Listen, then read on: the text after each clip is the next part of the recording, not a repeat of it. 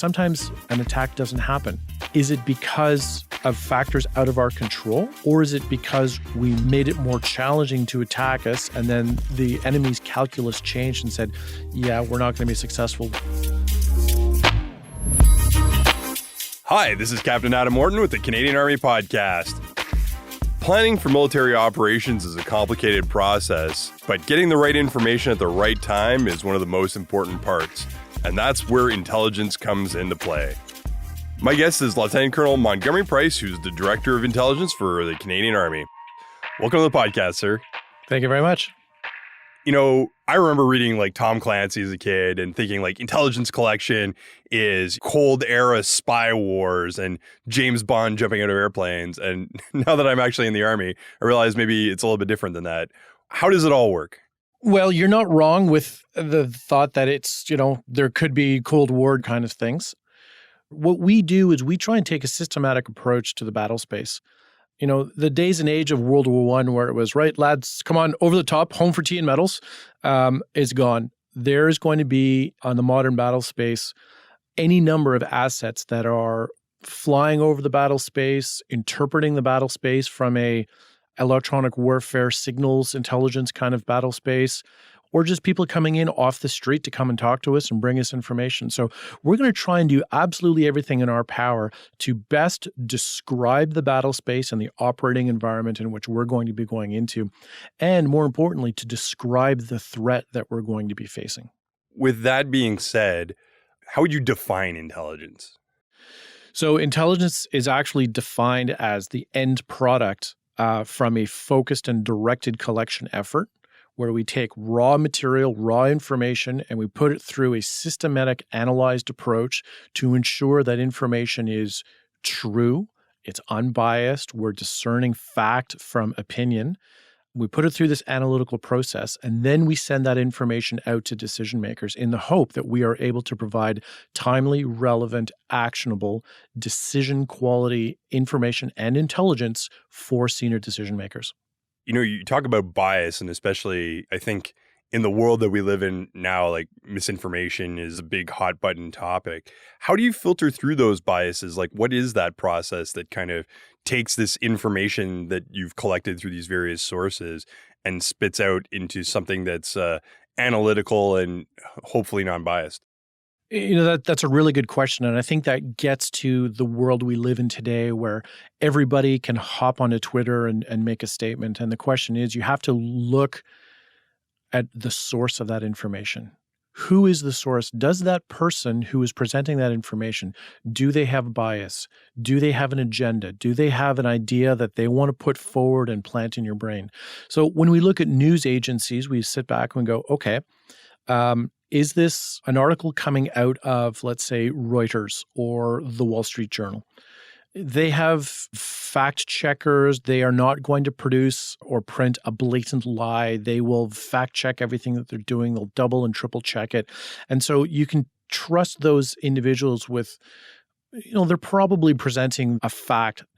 Compare that to an agency run by a foreign government that is using the media as a tool of propaganda. Well, you have to ask your question, is the information being presented factual? Did the event actually occur? And is there an agenda that the person wants you to follow and to imbibe? That's the way we do it. It's not an easy process. It's more of an art than a science. We have to look at it. We have to look at the facts and separate what is the difference between fact and opinion.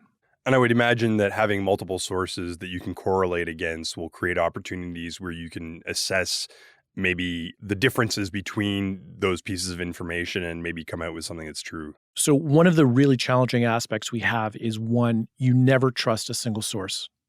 Only from the perspective, again, one fact coming out. You never trust one picture. You never trust one person saying something unless it's a very authoritative source.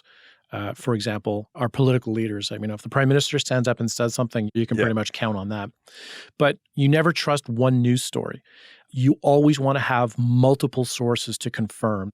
And so when we bring all that information back in, we can say, yes, we now have 3 or 4 different sources telling us that there are tanks in that town. And it may say there are tanks in that town, or there were tanks in that town 24 hours ago. They've moved. Now we have to reassess the information and develop a new collection plan to figure out how we're going to confirm where those tanks are now. And that kind of in an interesting way, we talked about this in a different podcast, but the OODA loop, right? Observe, orient, decide, and act, and the speed at which that whole process takes place, that clearly figures into that process, like when you're using your tank example, is if that is moved, you now have to go through this whole process again and then try and stay ahead of it so that you can make effective decisions like operating in your battle space. Absolutely. And one of the challenges we have with the volume of information that's being thrown at us on a daily basis is how do we parse through all of that information to shorten that sensor shooter link? Because the days and age of, oh, there's an objective and we'll hit it, 24 hours from now, it's almost got to be instantaneous of, a remotely piloted vehicle is flying. They see a grouping of tanks. We have to be able to go and maybe switch over to the artillery and say, hey, we need to get a forward air controller or a forward observation officer. Let's start getting, artillery on that objective quickly, or getting fast air fighters onto that objective, because it's very time sensitive. So the faster we can connect that shooter to sensor link, the more effective we will be on the battle space. You talked about some of the mechanisms, but how does that machine work? Like, how is an int cell structured, or how does, within the Army headquarters, how does that mechanism work? So first and foremost, the intelligence cycle starts with direction. We need to get direction from the commander to say, I want you to look at this area. I want you to look for the following things. I will then take that and develop what's called priority intelligence requirements. Those are the big questions I need to figure out. Then I can start developing a collection plan and saying, okay, I think the enemy's going to be in such and such a location. I think they're going to do a left axis attack, or they might do, a full frontal, or they might come on right axis. And so I will develop courses of action, and I will try and define the battle space in which we're operating. I will try and describe the battle space in which we're operating in terms of the terrain, the weather effects that it's going to have on the battle space, maneuverability. I'm going to identify maneuver corridors, likely avenues of approach, all of that kind of stuff. And then I will develop the collection plan, which will act in conjunction with the intelligence, surveillance, and target acquisition plan, the ISTAR plan. I will work with the other elements within the headquarters to say, great, we need to send a recce patrol to look at that bridge. We need to send engineers to look at that embankment to see whether it's a possible fording site. And so I work in conjunction with the G3 staff and the operations staff to be able to task those assets to collect that information. And that all fits into the myriad plan. The reports start coming back into the intelligence section and into the ISTAR coordination cell, the ISTAR CC. And then we start looking at all of that information that is there and trying to derive meaning from it. Then we can do the analysis portion. Once that analysis has occurred and we have a finished product and we've gained knowledge and understanding from that information, now comes the task of disseminating that information and getting that information to the people that need to know it, whether it's a senior decision maker or a troop in the trenches. Our job is to make sure that that information has gone out. Because if we have a secret and we just keep it amongst ourselves, well, we're not providing value to anybody. My job is to ensure that our soldiers are as effective as they can be on the battle space, and my job is to support operations and support the warfighter. I think something as a young soldier in particular, maybe you don't appreciate as much, is like, I have to send up the reports, hourly reports and this and that. And it's always feeding that information up the chain of command. It's like, man, why are they always on me about this? That information needs to go to other places so that it can be used to make decisions. Absolutely. And I can't stress this enough, that every soldier is a sensor. Every Mark I eyeball that sees something on the battle space is essential to the fight. I'll give a very tangible example, and this dates quite some time ago, but in Afghanistan. I remember talking to patrols who'd be driving through a town, and they'd say, last time we drove through the town, everyone was really happy and very friendly. And this time when we drove through, not so much. It was really, something was off. Kids weren't playing in the streets. And to me, that's a combat indicator. That means that there's been a change in the environment. Okay, what's going on? And so in this one instance that I'm thinking of, we actually started spending a little more time in that town and realized that a month ago, there was no presence of fighters that wanted to do us harm. A month later, we were looking at the indicators and saying, hey, something's not right. Sure enough, we started to see more and more indications that there were fighters coming into the small town, and it was changing the feeling of the town and therefore raising our risk and our threat as we're going through that town. So every soldier on that battle space, if you see something, report it.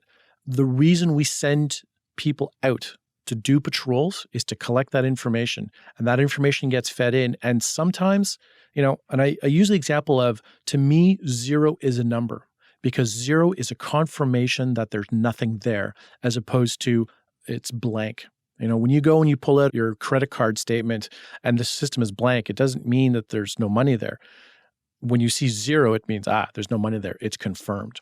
And that's really my job, is to go with the confirmation as best I can based on facts on the ground. So the soldier on the ground, the more they can feed those information, and the more that they can feed the intelligence machine by writing your reports, bringing your pictures back, tagging your photos, talking to the chain of command, the more success we will have on the battle space. And you reference a couple of things as part of that process too. You're talking about, obviously, enemy tanks or enemy movements, and you spoke a little bit about terrain, embankments, because that can affect friendly and enemy movements. What are the kind of things that you're looking at as part of this process? So my job really is to focus on the 3 main factors of the weather, the enemy or the threat, however we choose to define that, and the terrain. So we talk about WET, weather, enemy, terrain. And so weather, obviously, we have meteorological technicians that are now within the intelligence branch, and they let us know what's going on in the battle space. And you sit back and you go, well, does the weather really matter? Ask your average ground pounding soldier, would you have liked to know that it was going to be minus 15 and raining or snowy? Yeah. And especially as you get higher up, we all know, we live in Canada. We understand that conducting operations in July is very different than conducting operations in January. Rivers will be frozen. You can go over battle spaces. The terrain is much harder. It's harder on soldiers to be able to operate in that environment. So, perfect example. Artillery for the big one, wind. We all know that the minute that the round leaves the end of the cannon, the end of the howitzer, well, it's nature's foil to determine where it goes. If there's heavy winds and gusting, you might have to adjust your fire. So those are kinds of things that we look at. When we look at terrain, we look at, is it mountainous? What are the woods? What's the soil content? Because there are areas that we know we might not be able to send tanks because the soil is too soft. So if our tanks go into an area and get bogged down and now require extraction, well, we effectively have a reduction in mobility. Well, that will significantly impact a commander's plan if he or she knows that they can't go into a certain area and it's going to bog them down. The last one, we look at the enemy or the threat, and we can define the threat in any fashion we want. So when we're talking about a domestic operation, the actual weather itself might be the threat. In the instance of a hurricane or the ice storm in 1998, it was the weather itself was what was working against us. And so we needed to work on that. But when we look at a tangible enemy or a threat force from that perspective, we really look at the enemy or that threat from 3 different perspectives. We look at the enemy's capability. Do they have the capability in terms of equipment, personnel, training, logistics, finance? The right troops at the right location at the right time? Are they amassed? So do they have the capability to actually launch an attack or be operational in that zone? We then look at whether they have a stated intent. Do they have an intent to go force on force with us, or is it just bluster? And the last thing we look at is there a historical precedent? So I can stand up and say, hey, I'm not happy with government and I'm going to have a demonstration. Well, I'm one person. I don't have a lot of money. I don't have a huge cohort of people all around me. I haven't done this before, so the threat is significantly less. Look at an organization like Al-Qaeda, who stood up and said, we want to take out the Twin Towers. Well, this was a very well-financed organization. They had motivated, dedicated people that were capable of doing things, and they had already attempted to attack the World Trade Center on numerous occasions. And so when you look at it, you go, okay, one threat is much more credible than the other because of the fact that they have capability, they have a historical precedent, and they have a stated intent. And it's interesting that you've mentioned this a couple of times too, is the credibility, reliability factor in kind of making these assessments is there's a certain level of accuracy to be provided, and also considering the stores providing that information, I imagine that figures into some sort of dimension there. The challenge we face in intelligence is that it is an assessment. It is, in effect, an educated guess based on the facts that we have. And so we can assess that something may happen, but we will never come out as an intelligence professional and say that this will happen 100% definitive. It may happen. It has a higher probability it will happen. Chances are it will happen. So we try and couch language in terms of probabilities because there is always a reason that things don't happen. We may have reliable information that somebody wants to attack us. They have the capability, they have the stated intent, and they wake up the next morning and decide, today's not the right day. Well, there is no way for me to know that there are impeding factors preventing an attack from happening. What I can do is look at the facts and say, yep, this looks credible. This is of concern. We need to take actions to mitigate this threat. Now, where it becomes challenging is sometimes an attack doesn't happen. Is it because of factors out of our control that the attack didn't happen? Or is it because we mitigated those factors, increased our defensive posture, made it more challenging to attack us, and then the enemy's calculus changed and said, yeah, we're not going to be successful, we're not going to happen today. So it's a bit of a chicken or the egg question. Did the attack not happen because we were really good or there were factors outside of our play? I would hope that it's because we're really good and we took the appropriate actions and and my staff made the appropriate recommendations to a commander to mitigate that threat. Well, and it kind of comes into the factor of also just being a hard target, right? So if you can inform in mechanisms that may affect that enemy calculus, like you said, and the combat arms, the people on the ground have the ability to implement those measures, then you're constantly, we talked about the OODA loop earlier on, is you're also getting inside of their decision-making process, and then that can affect the outcome, like you said, just inherently by changing how you're doing business. Absolutely. I mean, and a perfect example, unfortunately, is anyone who was in Afghanistan. We always talked about the white Toyota Corolla. Suicide bomber and a white Toyota Corolla. Well, the fact of the matter is that we had a historical precedent of people who had used white Toyota Corollas to attack us. We probably had information suggesting that it was a white Toyota Corolla. And so you run that gamut where the one day you don't report it is the day that it actually happens. And then the intelligence staff is stuck with the guilt that, hey, I knew this happened. I didn't say anything. And so we will err on the side of caution to ensure the survivability of our troops. Our entire raison d'etre is to ensure the survivability of the troops and the effectiveness of the troops on the battle space. And so we will do what we can with the information that we have, trying not to be alarmist, to provide best advice to the commander and his or her staff and the rest of the troops on the field. With this being said, how does this connect into the international community? Because obviously, like in a global information environment like that we exist in right now, information sharing is critical and there's so many different avenues of collecting information. How do the international partners come into play with that? So we are part of arguably the largest intelligence organization in the world, and that is the Five Eyes Partnerships. And that is a partnership that is with the United States, the United Kingdom, New Zealand, and Australia, and Canada. We share information for the mutual benefit of each other. We are also part of alliances like NATO and NORAD. So we share information with our NATO partners that is of interest to them. And all of this information is there to assist each other and ensure that we have a well-informed picture to ensure the safety, the security, and the stability of our operations, wherever they may be in the world or at home. What's the most interesting part of your job, or one of the most interesting parts of your job as it stands right now, would you say? That's a really hard question to answer. What I find absolutely amazing is seeing the amount of information that is out there and how much information is actually available on open source intelligence, which is information that's available in the public domain.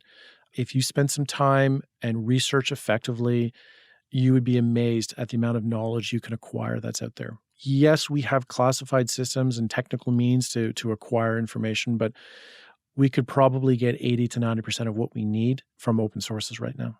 So it's interesting you mentioned that because there's a lot of examples of information gathering and crowdsourcing. Like there's every month there's something popping up on Reddit where a bunch of people get together.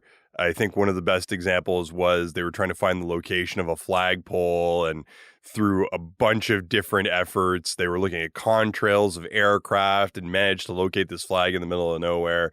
So open source has a lot of applications, even in just normal day-to-day internet life. Yeah, and I'll use a really good example, and I think this is good with regards to just personal security. You see on things like Facebook or Reddit, and they say, "Hey, let's have a fun competition where we say, let's post the name of our first dog, the name of our first car that we own, the name of our first grade teacher." Well, what you're effectively doing is answering all of the questions that a credit card company is asking you as personal security measures for your credit card. And so I would say to anybody out there, be very cautious about providing too much information out in the public sector, because one piece of information on its own is not that worrisome. But multiple pieces of information from multiple sources starts to become a really powerful tool. And so be very cautious of what you're putting out there publicly on the internet, because there are people watching. There are people very interested in what we do. And certainly from a national perspective, as Canada, we are part of the Five Eyes. We are a senior NATO partner, and we are right next to the largest military industrial complex in the world. People are very interested in what Canada is doing. So we need to be very cautious of what we do and what we put out there on open source. So you hear a lot about things being classified. What does that mean? And what are some of the challenges in dealing with classified intelligence? One of the challenges we face in the intelligence world is that a lot of the information we get is from sources that we want to protect. We also oftentimes want to protect the method in which we collected it. So the information itself is important, but the method that we use, did we use a human source? Did we use a remotely piloted vehicle? Did we use electronic warfare, a piece of very high technology equipment that we don't want to demonstrate our capabilities to the enemy? So we want to protect that as much as we can. So that's why we tend to classify things.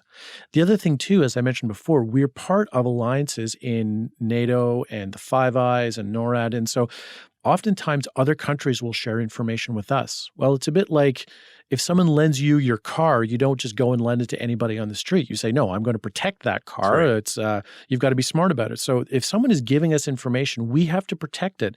And oftentimes they will give it to us, but they'll dictate the terms on which they'll give it to us and dictate the terms of the security classification. So that's why we protect things. That's why we classify them. And I'll be honest with you, there are times it's a pain.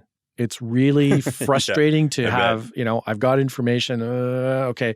But my job is to get the required information to the people that need it as quickly as I can. As I said, there's no point in me holding information up at the top. And, you see in the movies, oh, I can't give that to you. You're not cleared. Yeah, no.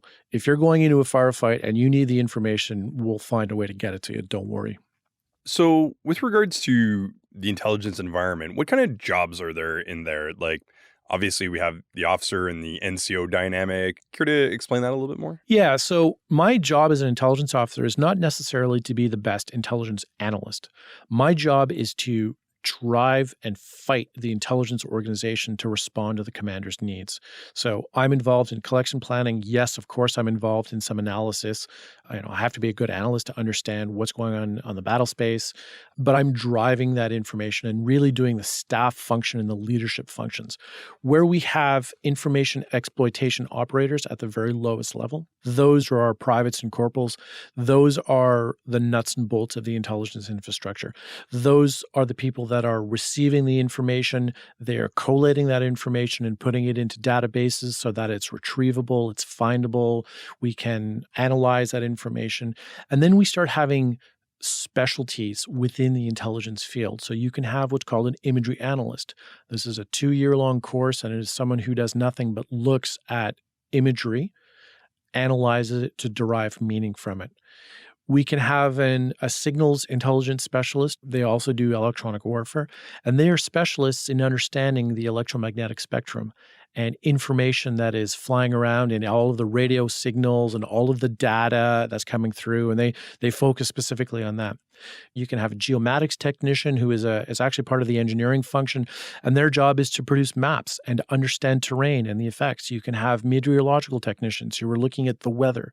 There are any number of trades that fall within the intelligence umbrella, but all of them highly specialized, highly trained, a significant amount of education that goes into it, but some really, really interesting stuff. As we say, they make movies about what I do.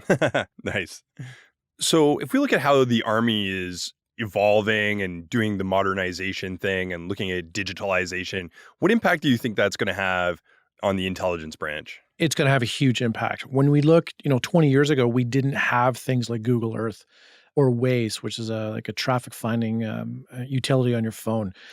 Nowadays, through crowdsourcing, we can go down and using Google Earth and Google Maps, you can find a restaurant with a satellite image imposed onto a grid-referenced map. It's got Yelp reviews. And if you go down far enough into it, you can grab things like a lat long and an MGRS number grid reference for that location. Where we're really going to see things as things evolve is much more of an involvement of artificial intelligence and machine learning. It's going to be those algorithms where we're going to be able to take millions upon millions of data points, and rather than an individual having to go and look through them individually, we'll be able to parse through them using an artificial intelligence algorithm. It's going to change the way we do business. It's already changing the way we do business, and technology and digitization is going to become the future. For someone who wants to get into intelligence, what would you say to them? Do it. It's a really interesting trade. There are any number of challenges. Like anything, we're short-staffed.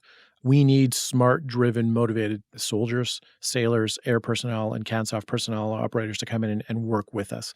What I will say this is that it's one of the most demanded trades at the recruiting center. I know that pilots, because everybody wants to be Top Gun and fly fighters, and I don't blame them, but intelligence officer is number 2 at the recruiting office. It is an incredibly challenging job. It's an interesting job. And unfortunately, I think it's a job that's going to be a growth industry for the foreseeable future. Thanks so much for taking the time to unpack all of this for us and explain what it all looks like. Thanks for coming on the podcast, sir. Thank you very much. Appreciate it.